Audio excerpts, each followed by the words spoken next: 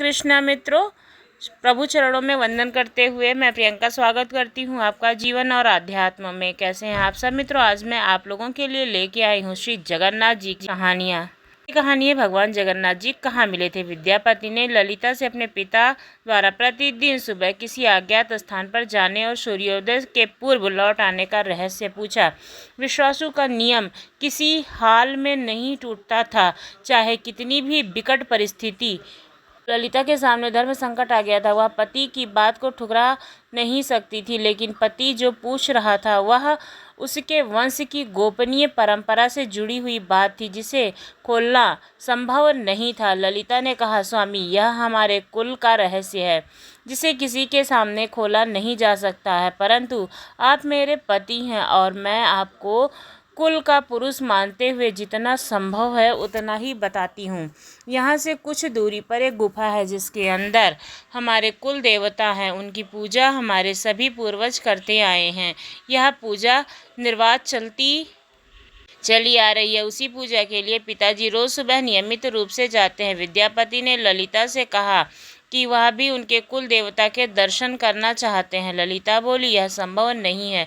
हमारे कुल देवता के बारे में किसी को जानने की इच्छा है, यह सुनकर मेरे पिता क्रोधित हो जाएंगे। विद्यापति की उत्सुकता बढ़ रही थी। वह तरह तरह से ललिता के अपने प्रेम की शपथ दे करके उसे मनाने लगा। आखिरकार ललिता ने कहा कि वह अपने पिताजी से विनती करेंगी कि वह आपको देवता के दर्शन करा दे। ललिता ने पिता से सारी बात कही। वह क्रोधित हो गए। ललिता ने जब यह कहा कि मैं आपकी अकेली संतान हूँ, आपके बाद देवता के पूजा का दायित्व मेरा होगा, इसलिए पति का यह अधिकार बनता है, क्योंकि आगे उसे ही पूजना होगा। विश्वासु इस तर्क के आगे झुक गए। वह बोले, गुफा के दर्शन किसी को तभी कराए जा सकते हैं जब वह भगवान की पूजा का दायित्व अपने हाथ में ले ले। विद्यापति ने दायित्व स्वीकार किया तो विश्वासु देवता के दर्शन कराने को राजी हुए। दूसरे दिन सूर्योदय से पूर्व विद्यापति की आंखों पर पट्टी बांध करके विश्वासु उनका दाहिना हाथ पकड़कर गुफा की तरफ निकले। विद्यापति ने मुट्ठी में सरसों रख दिया था, जिसे रास्ते में छोड़ते हुए गए। गुफा के पास पहुंचकर विश्वासु रुके और गुफा के पास पहुंच गए। विश्वासु ने विद्यापति के आँखों की पट्टी खोल दी। उस गुफा में नीले रंग का प्रकाश चमक उठा। हाथों में मुरली लिए भगवान श्री कृष्ण का रूप विद्यापति को दिखाई दिया। विद्यापति आनंद मग्न हो गए। उन्होंने भगवान के दर्शन किए। दर्शन के बाद तो जैसे विद्यापति जाना ही नहीं चाहते थे, पर विश्वासु ने लौटने का आदेश दिया। फिर उनकी आंखों पर पट्टी बांधी और दोनों लौट पड़े।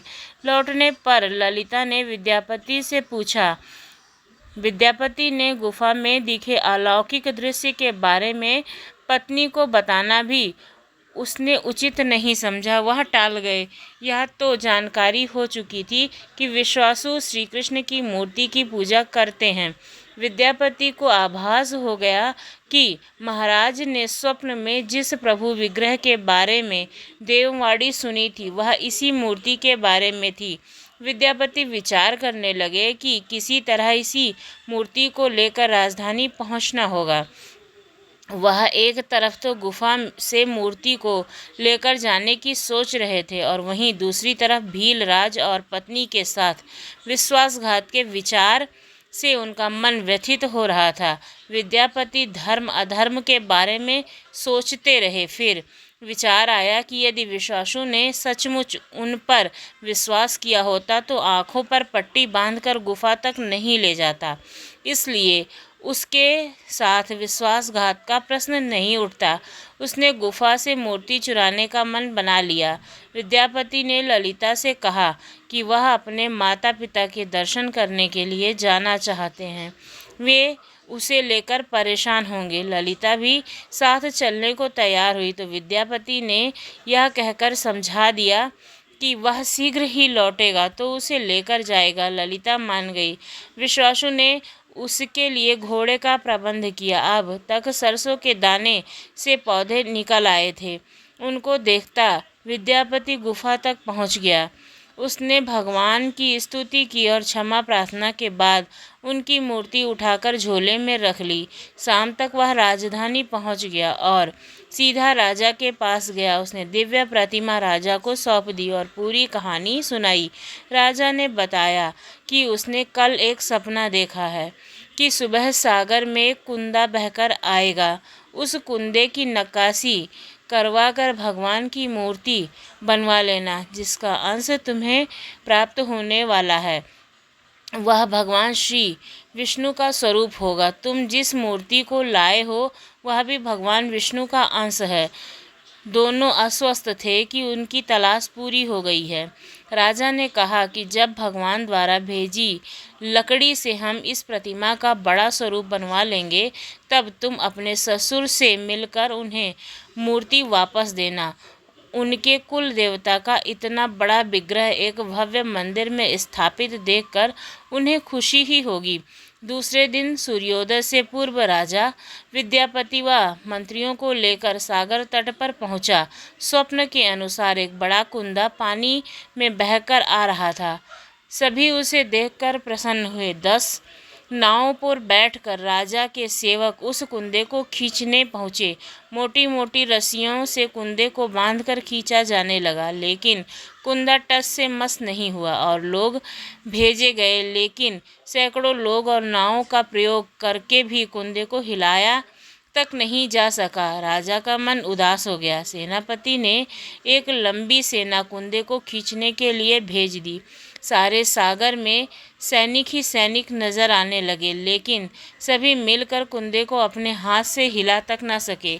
सुबह से रात हो गई थी। अचानक राजा ने काम रोकने का आदेश दिया। उसने विद्यापति को अकेले में ले जाकर कहा कि वह समस्या का कारण जान गया है। राजा के चेहरे पर संतोष के भाव थे। राजा ने विद्यापति को गोपनीय रूप से कहीं चलने की बात कही। राजा इंद्रदुम्न ने कहा कि अब भगवान का विग्रह बन जाएगा, बस एक काम करना होगा। भगवान श्री कृष्ण ने राजा को ऐसा क्या संकेत दे दिया था कि उसकी सारी परेशानियां समाप्त हो गईं। राजा इंद्रदुम्न को भगवान की प्रेरणा से समझ में आने लगा कि आखिर प्रभु के विग्रह के लिए जो लकड़ी का कुंदा पानी में बहकर आया है वह हिलडुल भी क्यों नहीं रहा। राजा ने विद्यापति को बुलाया और कहा, तुम जिस दिव्य मूर्ति को अपने साथ लाए हो उसकी अब तक जो पूजा करता आया था उससे तुम भेंट करके क्षमा मांगनी होगी। तुम्हें बिना उसके स्पर्श किए यह कुंदा आगे नहीं बढ़ सकेगा। राजा इंद्रदुम्न और विद्यापति विश्वासु से मिलने पहुँचे। राजा ने पर्वत की चोटी से जंगल को देखा तो उसकी सुंदरता को देखता ही रह गया। दोनों भीलों की बस्ती की ओर चुपचाप चलते रहे। इधर विश्वासु अपने नियमित दिनचर्या के हिसाब से गुफा में अपने कुल देवता की पूजा के लिए चले। वहां प्रभु की मूर्ति गायब देखी तो वह समझ गए कि उनके दामाद ने ही यह छल किया है। विश्वासु लौटे और ललिता को सारी बात सुना दी। विश्वासु पीड़ा से भरा घर के आंगन में पछाड़ा खाकर गिर गए। ललिता अपने पति द्वारा किए गए विश्वासघात से दुखी थी और स्वयं को इसका कारण मान रही थी। पिता पुत्री दिन भर विलाप करते रहे। उन दोनों ने अन्न का एक दाना भी न छुआ।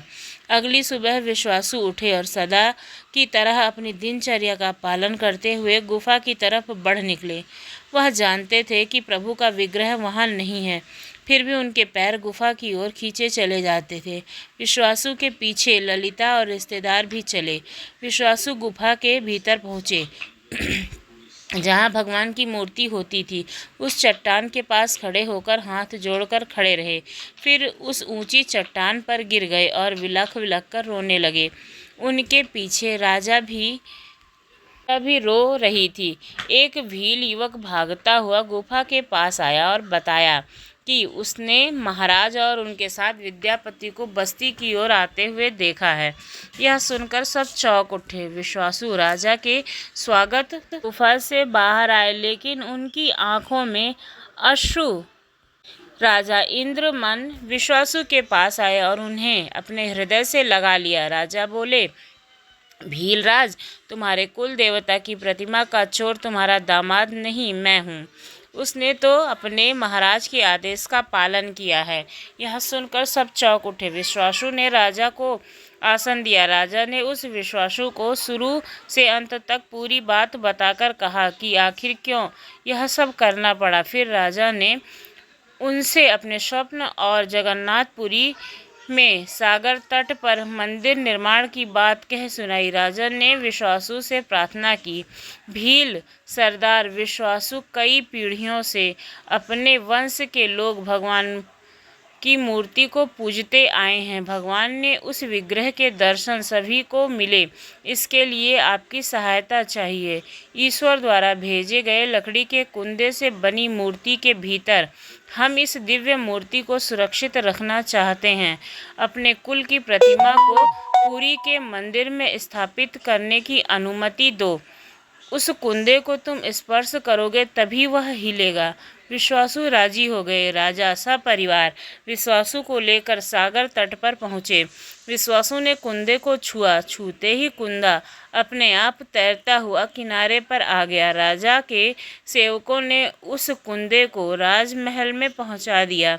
अगले दिन मूर्तिकारों और शिल्पियों को राजा ने बुलाकर मंत्रणा की कि आखिर इस कुंदे से कौन सी देव मूर्ति बनाना शुभदायक होगा। मूर्तिकारों ने कह दिया कि वे पत्थर की मूर्तियां बनाना तो जानते हैं, लेकिन लकड़ी की मूर्ति बनाने का उन्हें ज्ञान नहीं है।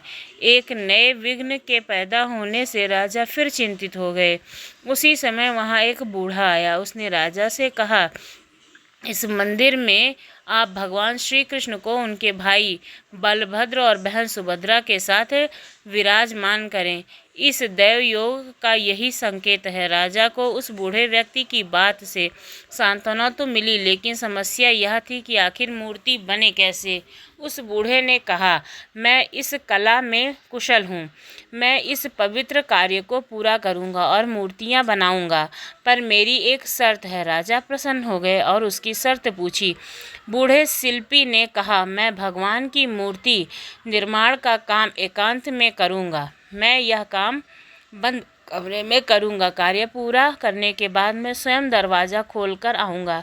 इस बीच कोई भी मुझे नहीं बुलाएगा। राजा सहमत तो थे, लेकिन उन्हें एक चिंता हुई और बोले, यदि कोई आपके पास नहीं आएगा तो मैं ऐसी हालत में आपके खाने पीने की व्यवस्था कैसे होगी। शिल्पी ने कहा, जब तक मेरा काम पूरा नहीं होता है मैं कुछ खाता पीता नहीं हूँ।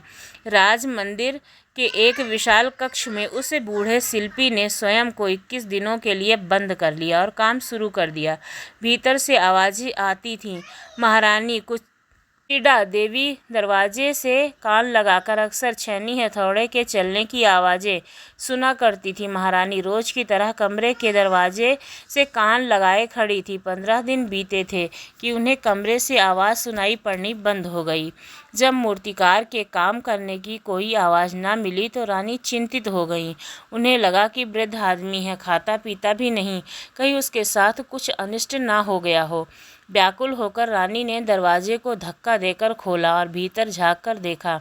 महारानी कुचिड़ा देवी ने इस तरह मूर्तिकार को दिया हुआ वचन भंग कर दिया था। मूर्तिकार अभी मूर्तियां बना रहा था, परंतु रानी को देखते ही वह अदृश्य हो गया।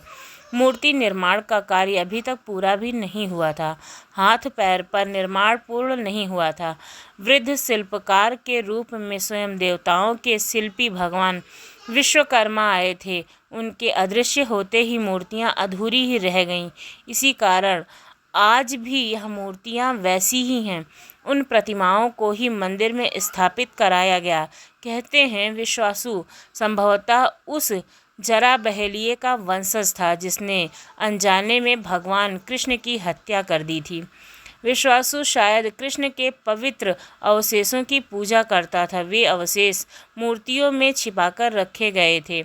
विद्यापति और ललिता के वंशज, जिन्हें दैत्यपति कहते हैं, उनका पूरा परिवार ही यहाँ अब तक पूजा करता आया है। जय श्री जगन्नाथ जी की। कहानी समाप्त होती है। अब दूसरी कहानी प्रारंभ करते हैं। भगवान श्री जगन्नाथपुरी के प्रसाद की है। एक बार की बात है जब नारद जी रोजाना भगवान विष्णु के दर्शनों के लिए बैकुंठ धाम जाते थे और भगवान के दर्शन करके वापस आते।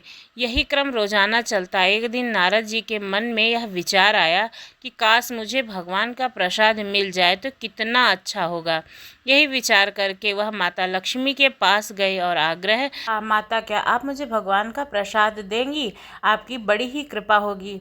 मगर माता लक्ष्मी कहती हैं कि भगवान का प्रसाद मिलना इतना आसान नहीं है, उसके लिए भगवान की आज्ञा अत्यंत आवश्यक है। बिना भगवान की आज्ञा के मैं किसी को भगवान का प्रसाद नहीं दे सकती। फिर नारद जी ने 12 वर्षों तक कठिन तपस्या की, मगर भगवान की प्रसन्नता पाना इतना आसान काम नहीं था। इतनी तपस्या करने के बाद भी नारद जी को प्रसाद नहीं मिला। अब नारद जी विचार करने लगे कि अब मैं क्या करूं, मुझे भगवान का प्रसाद मिल जाए। फिर नारद जी ने एक योजना बनाई कि यदि मैं यहाँ प्रभु के घर सेवा करूँ तो शायद मुझे प्रसाद की प्राप्ति हो जाएगी।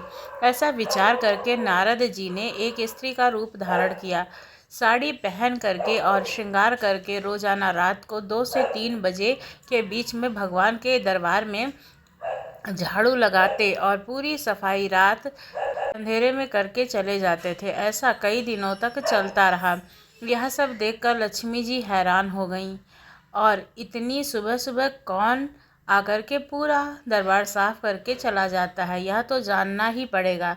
एक दिन लक्ष्मी जी निश्चय हैं कि जो कोई भी यहाँ आकर के रोज रोज सफाई करता है मैं उसको छुप कर देखूंगी और फिर पकड़ लूंगी। इसलिए वह रात को ही पेड़ के पीछे छुप कर खड़ी हो गई। फिर ठीक रोजाना के समय पर नारद जी स्त्री के रूप में साड़ी पहनकर आए और भगवान के दरबार की सफाई करने लगे। नारद जी पूरी लगन के साथ सफाई करने में लगे हुए थे। तभी लक्ष्मी जी ने पीछे से आकर नारद जी को पकड़ लिया और पूछने लगी कि कौन हो तुम, रोज जो है आकर के चुपचाप सफाई क्यों करते हो, तुम्हारा क्या इरादा है? इस तरह से माता लक्ष्मी ने एक साथ बहुत सारे सवाल पूछ डाले। फिर नारद जी अपने असली स्वरूप में आ करके माता लक्ष्मी से बोले, माँ मैं नारद हूँ, भगवान के प्रसाद को पाने की भावना से भगवान की सेवा कर रहा हूँ ताकि भगवान प्रसन्न हो करके प्रसाद देने की कृपा करें। फिर लक्ष्मी जी बोली, आपने इतने साल तक तपस्या की फिर भी आपको प्रसाद नहीं मिला और अब आप प्रसाद के लिए झाड़ू लगा रहे हो।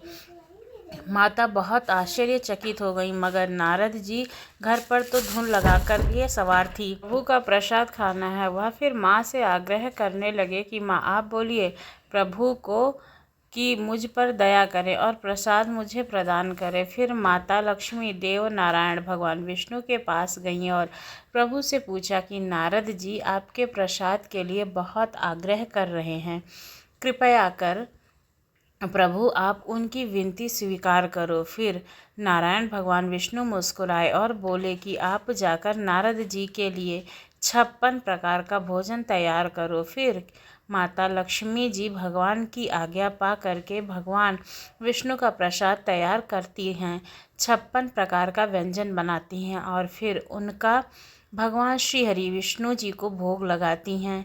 भगवान ने थोड़ा प्रसाद खाकर बाकी का प्रसाद नारद जी को देने के लिए कहा। तब माता लक्ष्मी ने प्रभु की आज्ञा से नारद को भगवान का प्रसाद दिया।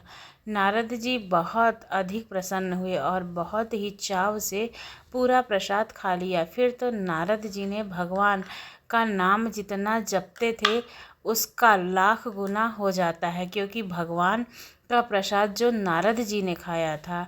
इसी प्रकार नारद जी नारायण नारायण करते हुए बैकुंठ धाम से सीधे चले गए भगवान शिव के धाम। नारद जी को इतना अधिक प्रसन्न देख करके भगवान शिव ने पूछा कि क्या बात है नारद जी, किस कारण आप इतना प्रसन्न हो?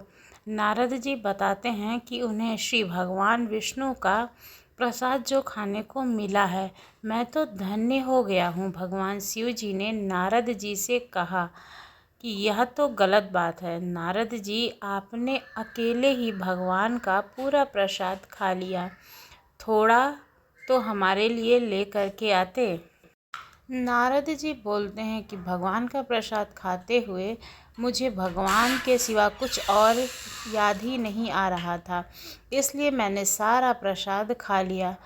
तभी भगवान शिव की नज़र नारद के मुख पर लगे हुए एक चावल के दाने पर पड़ी। भगवान शिव ने वह एक दाना ही प्रसाद के रूप में ग्रहण कर लिया। फिर तो वह भी मगन हो गए और खुशी से नृत्य करने लगे। भगवान विष्णु ही सलोनी ही मगन हो गए। माता पार्वती ने जब भगवान शिव को इस तरह से भक्ति भाव में विलीन होकर के नृत्य करते हुए देखा तो पूछने लगी कि ऐसा क्या हुआ है जो आप इतने अधिक प्रसन्न दिखाई दे रहे हैं, कृपया करके बताइए। भगवान शिव ने सारी कथा माता पार्वती को बता दी। फिर तो माता पार्वती नाराज हो गई और भगवान शिव से कहती हैं कि मैं आपकी अर्धांगिनी हूँ, फिर भी आपने मुझे प्रसाद नहीं दिया और अकेले ही भगवान का प्रसाद खा लिया। आपको एक दाना मिला था तो आप आधा मुझे दे देते। माता पार्वती जी नाराज होकर के बैकुंठ धाम प्रभु विष्णु जी के पास जा कर के उनसे लड़ने लगी। उन्होंने कहा कि आपने मुझे अपना प्रसाद नहीं दिया और नारद और भगवान शिव को प्रसाद मिल गया, सिर्फ मुझे ही नहीं मिला है। फिर भगवान माता लक्ष्मी से कहते हैं कि आप फिर से भोजन बनाइए और फिर वह प्रसाद माता पार्वती को भी प्रदान करिए। तब माता पार्वती का क्रोध शांत हुआ जब भगवान विष्णु ने माता पार्वती जी को वचन दिया कि मैं कलयुग में दारु ब्रह्म रूप में जगन्नाथपुरी में विराजमान होऊंगा। वहाँ पर मेरा 56 प्रकार का भोजन बनेगा। वह प्रसाद मुझे चढ़ाने के बाद आपको सबसे पहले दिया जाएगा, इसलिए आपका मंदिर भी वहीं पर उसी प्रांगण में स्थापित होगा। वहाँ पर आपका नाम माता बिमला देवी के नाम से प्रसिद्ध होगा और सभी लोग आपकी भी पूजा करेंगे। आपको प्रसाद चढ़ाने के बाद वह प्रसाद महाप्रसाद बन जाएगा, उसके बाद ही सबको वितरित किया जाएगा। इस महाप्रसाद को पाकर लोग धन्य हो जाएंगे और उनके सभी तरह के पाप का अंत हो जाएगा। तो आपने देखा कि भगवान का यह महाप्रसाद पाने के लिए देवताओं को भी बहुत तप करना पड़ता है और हम सब यह महाप्रसाद भगवान जगन्नाथपुरी के धाम में प्राप्त करते हैं। श्री जगन्नाथ जी की जय। कहानी से पता चला कि माता बिमला देवी का मंदिर जगन्नाथपुरी में क्यों है और उन्हें भोग क्यों लगाया जाता है, तभी उसे महाप्रसाद क्यों कहते हैं। ये अगली कहानी है, भगवान जगन्नाथ जी को खिचड़ी का भोग क्यों लगाया जाता है। राजस्थान के नागौर जिले के ग्राम कलवा में एक जाट किसान जीवन राम टूटी के घर 1615 में कन्या का जन्म हुआ। कन्या का जन्म होने पर पिता जीवन राम टूटी को अत्यंत खुशी हुई। उन्होंने कन्या का नाम कर्मा रखा। कर्मा को सभी कर्माबाई भी बुलाते थे। जीवन राम टूटी स्वयं एक भगवान कृष्ण के भक्त थे। अपने घर में उन्होंने कृष्ण भगवान का मदन मोहन के नाम से मंदिर बना रखा था, जहाँ वे रोज भगवान कृष्ण की पूजा करते, भगवान को भोग लगाते तथा भगवान को भोग लगाने के बाद ही वे भोजन ग्रहण करते थे। यह उनके घर का नित्य का नियम था। इसी प्रकार समय बीतता गया। कर्माबाई रोज अपने पिता को भगवान कृष्ण की पूजा करते हुए देखती, उनको भोग लगाते हुए देखती। भगवान को भोग लगाने के बाद ही वह भोजन ग्रहण करते। यह सब देखते सीखते कर्माबाई का बचपन बीत रहा था।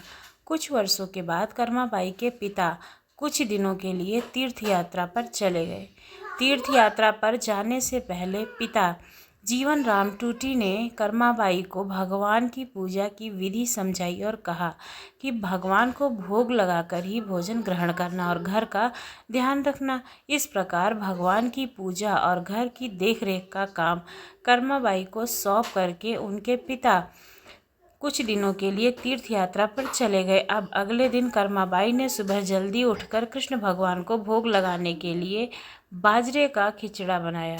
कर्माबाई ने खिचड़े को थाली में डाला, उसमें घी और गुड़ मिलाया और फिर उसे भगवान कृष्ण को भोग लगाने के लिए खिचड़े की थाली भगवान के सामने रख दी और उनसे कहा कि हे भगवान, आपको जब भी भूख लगे तब आप खिचड़ा खा लेना, मैं तब तक घर का दूसरा काम कर लेती हूँ। यह कहकर वह अपने काम में लग गई। कुछ देर के बाद उन्होंने देखा कि थाली तो वैसी की वैसी रखी है, भगवान ने तो भोग लगाया ही नहीं है। उसने सोचा कि कोई बात नहीं, अभी भगवान को भूख नहीं लगी होगी, कुछ देर के बाद वे खा लेंगे। ऐसा सोच करके वह फिर अपने काम में लग गईं और बीच बीच में आकर के बार बार देखती रहती कि भगवान ने भोग लगाया कि नहीं, पर भगवान ने भोग नहीं लगाया था। इस प्रकार दोपहर का समय हो गया। अब कर्मा बाई को चिंता होने लगी कि भगवान ने तो भोग नहीं लगाया है, क्या खिचड़ा अच्छा नहीं बना है या उनमें घी और गुड़ की कमी रह गई है। ऐसा सोचकर उसने खिचड़े में थोड़ा सा घी और गुड़ और मिला दिया। थाली लेकर भगवान के सामने बैठ गई और भगवान को भोग लगाने के लिए विनती करने लगी, लेकिन भगवान ने फिर भी भोग नहीं लगाया। तब कर्माबाई ने भगवान से कहा कि भगवान आप भोग लगा लीजिए, आपकी पूजा की है और आपके भोग की जिम्मेदारी पिताजी ने मुझे दिया है। अगर आप पिताजी का इंतज़ार कर रहे हो तो भूखे ही रहना पड़ेगा, क्योंकि पिताजी तो तीर्थ यात्रा पर गए हैं और कुछ दिनों के बाद ही आएंगे। तब तक आपको मेरे ही हाथ से बना हुआ भोजन करना पड़ेगा। भगवान मुझे षष्ठरस व्यंजन बनाने नहीं आते हैं और ना ही मुझे विधि विधान से पूजा करना आता है। मुझे तो बस यह बाजरे का खिचड़ा और रूखी सूखी सब्जी रोटी बनानी आती है। आपको कुछ दिन इसी में गुजारा करना पड़ेगा। मैंने आपके खिचड़े में थोड़ा और ज़्यादा घी और गुड़ भी डाल दिया है, अब तो भोग लगा लीजिए ना। इस प्रकार से कर्मा बार बार भगवान से भोग लगाने की विनती करने लगी, लेकिन भगवान ने फिर भी भोग नहीं लगाया। तब कर्माबाई ने भगवान से कहा, भगवान जब तक आप भोग नहीं लगाएंगे तब तक मैं नहीं खाऊंगी, आपके साथ मैं भी भूखी रहूंगी। ऐसा कह करके वह भगवान से नाराज होकर के बैठ गई। दोपहर बीत गई, शाम होने को आई, लेकिन भगवान की तरह कर्माबाई ने भी कुछ नहीं खाया था। आखिरकार कर्मा को जिद को देख करके भगवान की मूर्ति से आवाज़ आई, अरे कर्मा, तुमने पर्दा तो किया ही नहीं है, मैं ऐसे कैसे भोग लगाऊंगा। यह सुनकर कर्माबाई ने अपनी ओढ़नी का पर्दा किया और उसी की छाया में भगवान श्री कृष्ण ने बाजरे के खिचड़े का भोग लगाया और पूरी थाली खाली हो गई। कर्माबाई ने देखा और कहा कि हे भगवान, आप इतने भूखे थे, इतनी सी बात थी तो पहले बता दिया होता। सारे दिन खुद भी भूखे रहे और मुझे भी भूखा रखा। इसके बाद भगवान को भोग लगा करके कर्माबाई ने भी भोजन किया। इस प्रकार यह कर्माबाई का नित्य नियम बन गया। कर्मा रोज सुबह उठ करके जल्दी सबसे पहले भगवान के लिए भोग बनाती और भोग की थाली भगवान के सामने रख करके पर्दा लगाकर बैठ जाती और कुछ देर में थाली खाली हो जाती। यह देखकर कर्मा बहुत खुश हो जाती और अपने दूसरे कामों में लग जाती। कर्माबाई का यह भाव था कि भगवान को सुबह जल्दी भूख लग जाती थी, इसीलिए वह सुबह सवेरे जल्दी उठकर के किसी विधि विधान में पड़े बिना सबसे पहले भगवान के लिए भोजन बनाती और बड़े प्रेम से भगवान को भोजन खिलाती और भगवान को भोजन खिलाने के बाद निश्चिंत होकर के स्नान आदि करती और घर के दूसरे काम करती। यह क्रम लगातार चलता रहा। कुछ दिनों के बाद कर्माबाई के पिता तीर्थ यात्रा करके घर लौट आए। फिर पिता के आने पर कर्माबाई ने उन्हें बताया कि पहले दिन जब उनने भगवान कृष्ण को भोग लगाया तो मैंने कैसे भगवान के सारे दिन नखरे किए और शाम को जाकर खिचड़ा खाया। अब तो भगवान के पूरी थाली साफ कर देते हैं। यह सुनकर कर्माबाई के पिताजी आश्चर्यचकित हो गए और भगवान कृष्ण भक्त पिता की कर्मा की सरल प्रेम भक्ति और भगवान श्री कृष्ण की कृपा को समझते देर नहीं लगी। कर्मा के पिताजी ने सोचा कि जिस भगवान को प्राप्त करने वे तीर्थ यात्रा के लिए गए थे वो भगवान उनके घर में ही विराजमान हैं और उनकी पुत्री के हाथों से रोज भोग लगाते हैं। मन में ऐसा सोचकर वह कर्माबाई को अपनी पुत्री के रूप में प्राप्त करके अपने आप को धन्य समझने लगी और उन्होंने कर्माबाई से कहा कि पुत्री, आज से तुम्हें भगवान की सेवा करना और रोज़ भगवान को अपने हाथों से भोग लगाना। ऐसा सुनकर कर्माबाई बहुत प्रसन्न हुई और रोज़ इसी प्रकार सुबह जल्दी उठकर अत्यंत प्रेम भाव से भगवान श्री कृष्ण को भोग लगाने लगी। इस प्रकार यह उनका रोज का नियम बन गया। कुछ वर्षों बाद कर्माबाई के पिताजी का स्वर्गवास हो गया। अब कर्मा अकेली रह गई। कर्मा का घर में मन नहीं लगता था, इसलिए कर्मा अपने घर से भगवान श्री कृष्ण की मूर्ति ले करके अपने गांव कलवा को छोड़कर तीर्थ यात्रा पर निकल गई।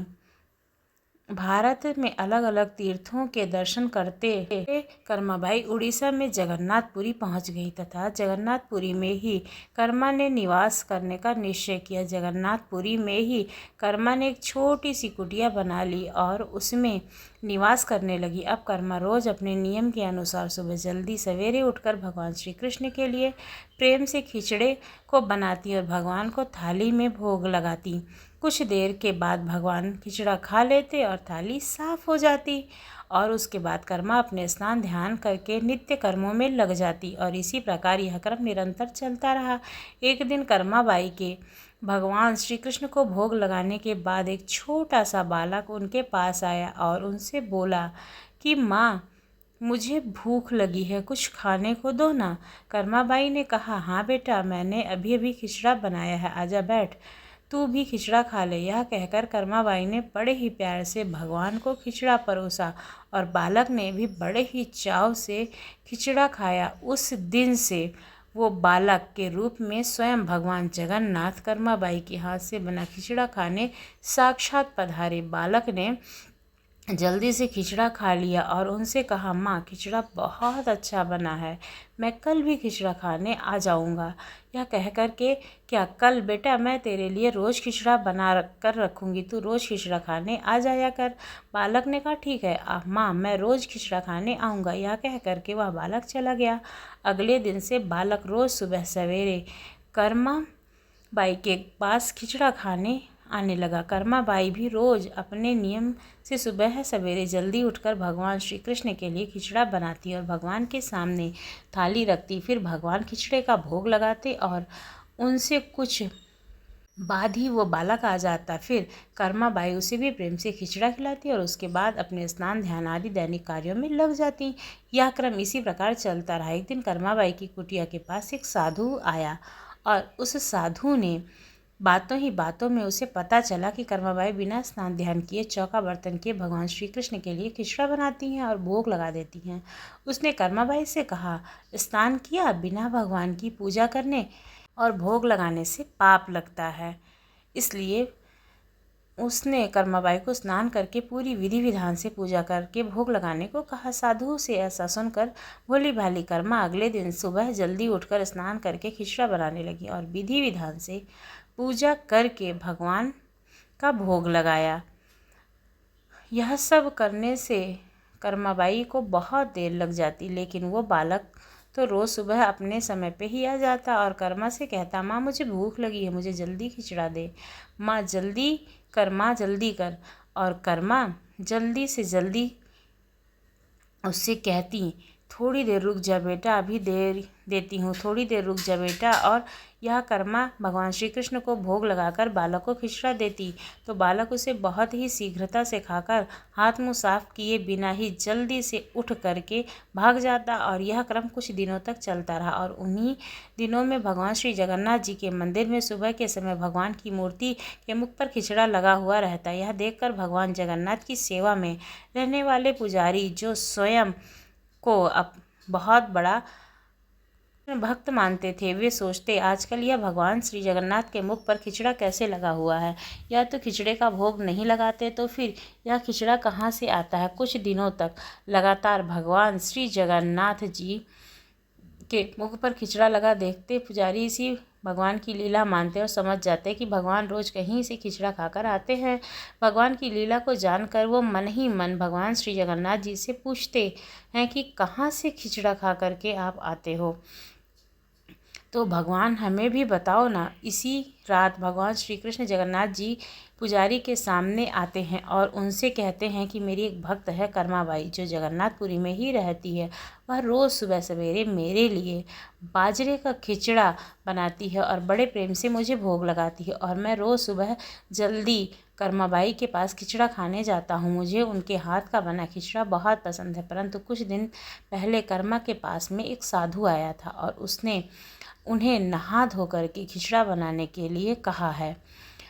विधि विधान से पूजा करके भोग लगाने को कहा गया, इसलिए आजकल वो विधि विधान से पूजा करके भोग लगाती हैं और उसके बाद मुझे खिचड़ा खिलाती हैं। यह सब काम करने में उसे बहुत देर लग जाती है और मैं खिचड़े का इंतज़ार करना पड़ता है और भूख का कष्ट भी सहना पड़ता है, और जब तक मैं खिचड़ा खाता हूँ तब तक यहाँ मंदिर में भक्तगण आने लगते हैं। इसलिए आजकल मुझे खिचड़ा खाकर मुंह हाथ धोए बिना ही जूठे मुंह यहाँ आकर के मंदिर में कर आना पड़ता है। भगवान श्री जगन्नाथ जी से यह जानकर पुजारी ने अगले दिन उस साधु की खोज कर आई और उस साधु को बुलाकर उसे सारी बात बताई। साधु ने यह सब जान करके वह साधु घबरा गया और कर्माबाई के पास पहुंचा और उसने कहा कि आप जिस तरह से पहले सुबह जल्दी उठकर भगवान को खिचड़े का भोग लगाया करती थीं, उस आपके लिए किसी नियम विधि से पूजा करने की आवश्यकता नहीं है। साधु से यह सुन करके कर्माबाई अगले दिन से पहले की ही तरह भगवान को खिचड़े का भोग लगाती रहीं और उस बालक को भी बड़े ही प्रेम से खिचड़ा खिलाती रहीं। यह क्रम कई वर्षों तक चलता रहा और एक दिन कर्माबाई इस संसार चक्र को छोड़कर प्रभु के धाम चली गईं। उस दिन से जगन्नाथपुरी के मंदिर में भगवान श्री जगन्नाथ जी के विग्रह के नैनों से अश्रु निकल रहे थे। यह देखकर मंदिर के सभी पुजारी और जगन्नाथपुरी के राजा भी मंदिर में उपस्थित हो गए और प्रभु से विनती करने लगे कि हे प्रभु, क्या हमसे कोई भूल हुई है, अपराध हुआ है क्या, जिसके कारण जगत के पालनहार के आंखों में अश्रु निकल रहे हैं। उसी रात पुजारी और जगन्नाथपुरी के राजा के स्वप्न में भगवान श्री जगन्नाथ जी ने आकर कहा कि आज माँ कर्माबाई इस लोक से विदा हो गई हैं और मुझ में विलीन हो गई हैं, परंतु अब मुझे रोज़ सुबह सवेरे बाजरे का खिचड़ा कौन खिलाएगा। अगले दिन जगन्नाथपुरी के राजा ने मंदिर के सभी पुजारियों और संतों से राय ली और यह आदेश जारी किया कि आज से भगवान श्री जगन्नाथ जी को सुबह सवेरे सबसे पहले माँ कर्माबाई के नाम से खिचड़े का भोग लगाया जाएगा, जिससे भगवान को माँ कर्माबाई की कमी कभी महसूस न हो। इसलिए आज भी भगवान श्री जगन्नाथ जी के मंदिर में श्री जगन्नाथ जी के पास उनके विग्रह के सामने 56 भोग से पहले बाल रूप में खिचड़े का भोग लगाया जाता है और इसे बाल भोग कहा जाता है। सैकड़ों साल बाद भी यह प्रथा आज भी वैसी की ही वैसी चली आ रही है। आपको ये कहानी कैसी लगी? आपको पता चला कि खिचड़े का भोग भगवान श्री जगन्नाथ जी को क्यों लगाया जाता है? जगन्नाथ जी की सत्य घटना पर आधारित एक कहानी सुनते हैं। श्री जगन्नाथपुरी से 10 कोस दूर पिपली चट्टी गाँव में रघु केवट का घर था। घर में स्त्री और बूढ़ी माता थी। सवेरे जाल लेकर रघु मछली पकड़ने जाता था और पकड़ी हुई मछलियों को बेचकर परिवार का पालन करता था। पूर्व जन्म के पुण्य संस्कारों के प्रभाव से रघु के हृदय में भगवान की भक्ति थी। वह अत्यंत दयालु था। मछलियां जब उसके जाल में आकर तड़पने लगती थी तब उनका चित्त व्याकुल हो जाता था।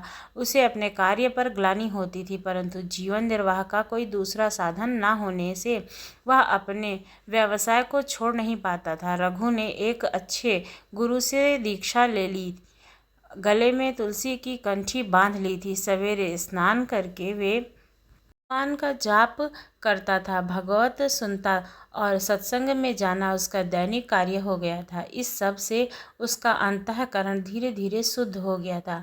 जीव मात्र में भगवान विराजमान है, यह बात उसकी समझ में आने लगी थी। जीवन हिंसा से उसे अब तीव्र विरक्ति हो गई थी। रघु के लिए मछली पकड़ना बहुत ही क्लेशदायक हो गया था। उसने इस काम को छोड़ दिया। कुछ दिनों तक घर के संचित अन्न से काम चलता, पर संचय था कि कितना। उपवास होने लगा। घर में त्राही त्राही मच गई। पेट की ज्वाला तथा माता और स्त्री के तिरस्कार से व्याकुल होकर के रघु फिर जाल उठाना पड़ा। वह स्वयं तो भूख से प्राण दे सकता था, पर वृद्ध माता और पत्नी का कष्ट उससे सहा नहीं जा रहा था। पछताता भगवान से प्रार्थना करता।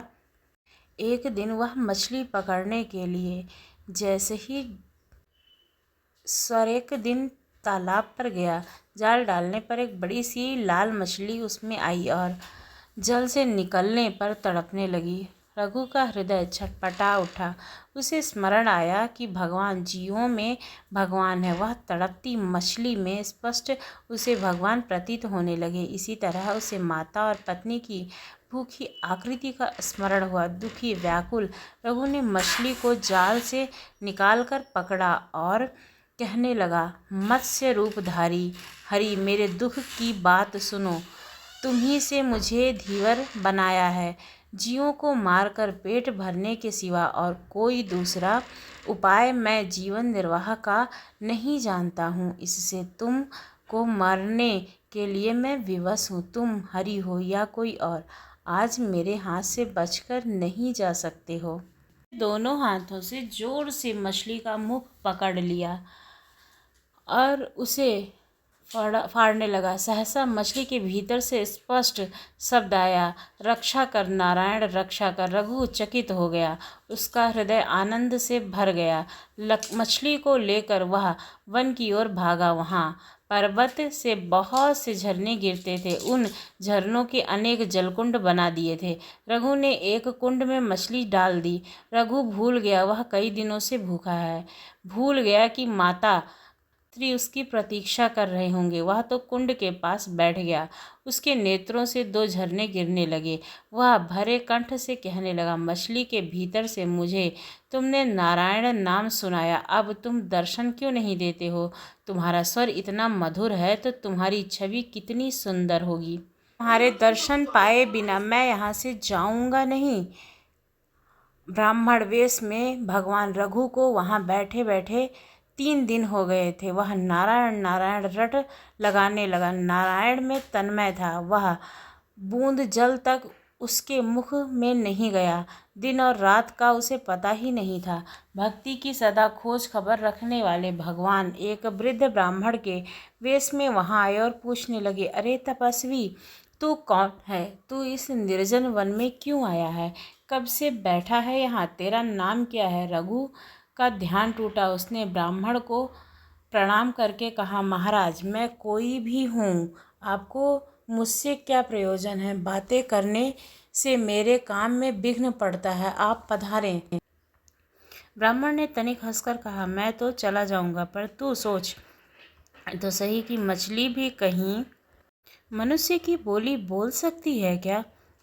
तुझे भ्रम हो गया है। जब कुछ उस मछली में है ही नहीं, तब तुझे किसने दर्शन दिए होंगे? तू यहाँ व्यर्थ क्यों बैठा हुआ है? घर चला जा। रघु तो ब्राह्मण की बात सुनकर चौंक पड़ा। उसने समझ लिया था कि मछली की बात जानने वाले ये सर्वज्ञ मेरे प्रभु ही हैं। वह बोला, भगवान, सब जीवों में परमात्मा ही है, यह बात मैं जानता हूँ। मछली के शरीर में से वे ही बोलने वाले हैं। मैं बड़ा पापी हूँ, जीवों की हत्या की है मैंने। क्या इसी से आप मेरी परीक्षा ले रहे हैं? आप ही तो नारायण हैं। आप प्रकट होकर मुझे दर्शन क्यों नहीं देते हैं? मुझे क्यों तरसा रहे हैं? नाथ चतुर्भुज रूप में दर्शन भक्त की प्रेम भरी प्रार्थना सुनकर कृपा सागर प्रभु अपने दिव्य चतुर्भुज रूप में प्रकट हो गए। रघु को एक टक देखता रह गया। वह लावण्य को एक आंसू बहाता हुआ प्रभु के चरणों में लौटने लगा। भगवान ने उसे भक्ति का आशीर्वाद देकर और भी वर मांगने को कहा। रघु ने हाथ जोड़कर कहा, प्रभु, आपके दर्शन हो गए हैं और आपके भजन का आशीर्वाद दे दिया है, फिर अब मांगने को क्या रह गया है? परंतु आपकी आज्ञा है तो मैं एक छोटी वस्तु मांगता हूँ। जाति से धीवर हूँ, मछली मारना मेरा पैतृक स्वभाव है। मैं यही वरदान मांगता हूँ कि मेरा यह स्वभाव छूट जाए। पेट के लिए भी मैं कभी हिंसा ना करूँ। अंत समय में मेरी जीवा आपका नाम रटती रहे और आपका दर्शन करते हुए मेरे प्राण निकले। भगवान ने रघु का पर हाथ रखकर तथास्तु कहा और अंतर ध्यान हो गए। रघु वचन सिद्ध महात्मा भगवान का दर्शन पाकर रघु संपूर्ण बदल गया था। वह में कीर्तन करता हुआ घर आया। गांव के लोगों ने उसे धिक्कारा कि माता और स्त्री को निराधार छोड़कर वह भाग गया था। दया करके भगवान के जमींदारों ने बेचारी स्त्री के लिए अन्न का प्रबंध कर दिया है। रघु ने इसे भगवान की दया ही मानी। यदि वह घर पर रहता तो जमींदार या कोई भी एक छटाक अन्न देने वाला नहीं था। अब वह प्रातः शौच स्नान आदि से निवृत्त होकर के भगवान का भजन करता और फिर कीर्तन करता हुआ भगवान में घूमता। बिना मांगे ही लोग उसे बुलाकर अनेक पदार्थ देते थे। इस प्रकार अनायास उसका तथा परिवार का पालन पोषण होने लगा। उसकी माता तथा स्त्री अब भजन में लग गई। रघु अब भजन के प्रभाव से पूरा साधु हो गया था। दिन रात उसका मन भगवान में लगा रहता था। वह नाम कीर्तन करते करते बेसुध हो जाता था। अब रघु की स्थिति ऐसी हो गई थी कि उसके मुख से जो निकल जाता वही सत्य हो जाता था। ये वचन सिद्ध महात्मा जाने मानने लगे। दूर से नाना प्रकार की कामना करने वाले स्त्री पुरुषों की भीड़ आने लगी थी। रघु इस प्रपंच से घबरा गए। मान प्रतिष्ठा उन्हें विष सी लगती थी। घर छोड़कर वे अब निर्जन वन में रहने लगे और 24 घंटे केवल भजन में ही बिताने लगे। एक दिन रघु को लगा कि मानो नीलांचल नाथ श्री जगन्नाथ जी उनसे भोजन मांग रहे हैं। उन्हें बड़ा आनंद हुआ। भोजन सामग्री कर उन्होंने कुटिया का द्वार बंद कर लिया। भक्त के बुलाते ही भाव के भूखे श्री जगन्नाथ जी प्रकट हो गए। रघु के हाथ से भोजन करने लगे। भोग मंडप के दर्शन उधर। उसी समय नीलांचल में श्री जगन्नाथ जी के भोगंड में पुजारी ने नाना प्रकार के पकवान सजाए। श्री जगन्नाथ जी के मंदिर में भोग मंडप अलग है। भोग मंडप में एक दर्पण लगा है। उस दर्पण में जगन्नाथ जी के श्री विग्रह का जो प्रतिबिंब पड़ता है उसी को नैवेद्य चढ़ाया जाता है। सब सामग्री आ जाने पर पुजारी जब भोग लगाने लगा तब उसने देखा कि दर्पण में प्रतिबिंब तो पड़ता ही नहीं है। दर्पण जहाँ का तहाँ था, बीच में कोई आड़ भी नहीं थी, पर प्रतिबिंब नहीं पड़ रहा था। घबराकर वह राजा के पास गए। उसने कहा, महाराज, नैवेद्य में कुछ दोष होना चाहिए। श्री जगन्नाथ स्वामी उसे स्वीकार नहीं कर रहे हैं, अब क्या किया जाए। श्रद्धालु राजा ने स्वयं देखा कि दर्पण में प्रभु का प्रतिबिंब नहीं पड़ रहा है। उन्हें बहुत दुख हुआ। वे कहने लगे, पता नहीं मुझ में क्या अपराध हो गया है कि मेरी सामग्री से अर्पित भोग प्रभु स्वीकार नहीं कर रहे हैं। मुझसे कोई अपराध हुआ है तो प्रायश्चित करने को मैं तैयार हूँ। राजा का स्वप्न।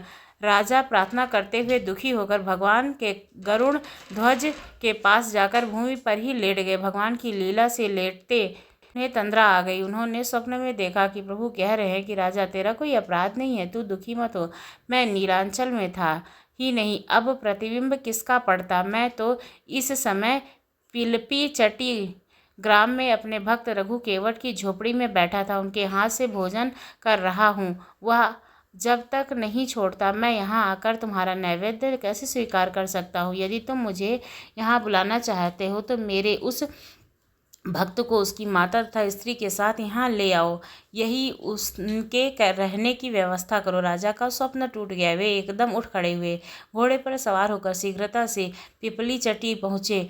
पूछ पाछ कर रघु केवट की झोपड़ी का पता लगाया। तब कई बार पुकारने पर भी द्वार न खुला। तब द्वार बल लगाकर स्वयं खोला। उन्होंने कुटिया का दृश्य देखते ही वे मूर्ति की भांति हो गए।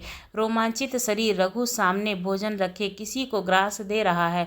रघु दिखता है, अन्न दिखता है, ग्रास दिखता है, पर ग्रास लेने वाला मुख नहीं दिख रहा है। राजा चुपचाप खड़े रहे। वह अज्ञात प्रभु तो जिसे कृपा करके वह दिखाना चाहे वही बड़भागी देख सकता है। सहसा प्रभु अंतर्ध्यान हो गए थे। रघु जल से निकली मछली की जल्दी ही ठीक हो जाएगी। जिस दिन से वे पूरी तरह से ठीक होते हैं उस दिन जगन्नाथ यात्रा निकलती है, जिसके दर्शन हेतु असंख्य भक्त उमड़ते हैं। खुद पे तकलीफ लेकर अपने भक्तों का जीवन सुखमय बनाए, ऐसे तो सिर्फ भगवान ही हो सकते हैं ना। बोलो श्री जगन्नाथ जी की जय हो। तो आपको